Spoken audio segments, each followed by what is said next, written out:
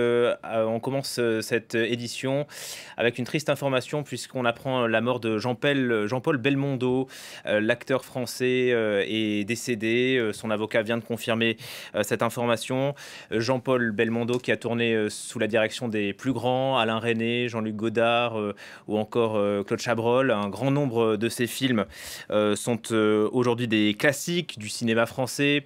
On pense bien sûr au Magnifique, au Professionnel, à bout de souffle aussi. Il a commencé sa carrière dans les années 50-60. Il a obtenu le César du meilleur acteur en 1989 pour son rôle dans Itinéraire d'un enfant gâté, distinction qu'il avait refusée. Jean-Paul Belmondo avait 88 ans. Le Magnifique, le Guignolo, l'As des As, le Cerveau, le Professionnel ou encore le Marginal. Dans les années 70 et 80, Maître Jean-Paul Belmondo à l'affiche est une garantie d'un succès au box-office. Celui que la France entière surnomme Bébel est devenu, film après film, une figure du cinéma populaire. Je m'excuse. Devant la caméra de Philippe de Broca ou de Gérard Houry, Belmondo met son physique au service de comédies d'aventure. Réalisant lui-même ses cascades, il incarne un genre du cinéma français à lui tout seul. Il faut aussi s'appeler Jean-Paul Belmondo et faire semblant, pour les besoins du film Le Guignolo, qu'on est poursuivi par d'horribles gangsters. Mais vous avez un entraînement quand même nécessaire. Ah oui, là en plus je me suis beaucoup entraîné pour les bras, faut dire, parce que là ça tire énormément, surtout quand l'hélicoptère prend les virages, là, ça tire vraiment très fort. Peut-être se dit-il comme vous. Jeune comédien au conservatoire, ce fils du célèbre sculpteur Paul Belmondo et de l'artiste peintre Madeleine Reynaud-Richard va en effet se passionner pour le sport. Mais malgré une furtive carrière de boxeur, jouer la comédie devient son métier. Vos beaux yeux d'amour mourir me font. Contre l'avis de ses professeurs qui n'apprécient pas tous sa gouaille de titi parisien.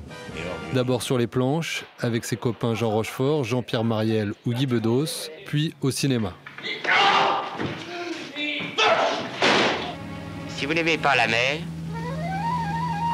si vous n'aimez pas la montagne, si vous n'aimez pas la ville, allez vous faire foutre. À bout de souffle, premier grand rôle à l'écran, offert par Jean-Luc Godard, qui lui redonne l'occasion de briller quelques années plus tard dans Pierrot le Fou. Godard, mais aussi Truffaut, Chabrol, Melville ou Louis Malle, Belmondo sera l'un des visages de la nouvelle vague. Cela ressemble trop à la fatalité. Et en alternant films d'auteur et films populaires, il fait le lien entre les différentes familles du cinéma français. Vous plaisez aux femmes? Je ne sais pas. Menteur. Il devient une idole, au même titre qu'Alain Delon, avec qui il partage l'affiche dans Borsalino en 1970.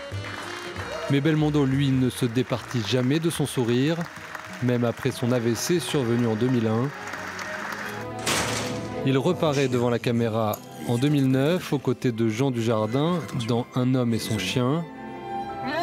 Et après 4 décennies de boycott, l'acteur accepte en 2017 l'hommage de l'Académie des Césars.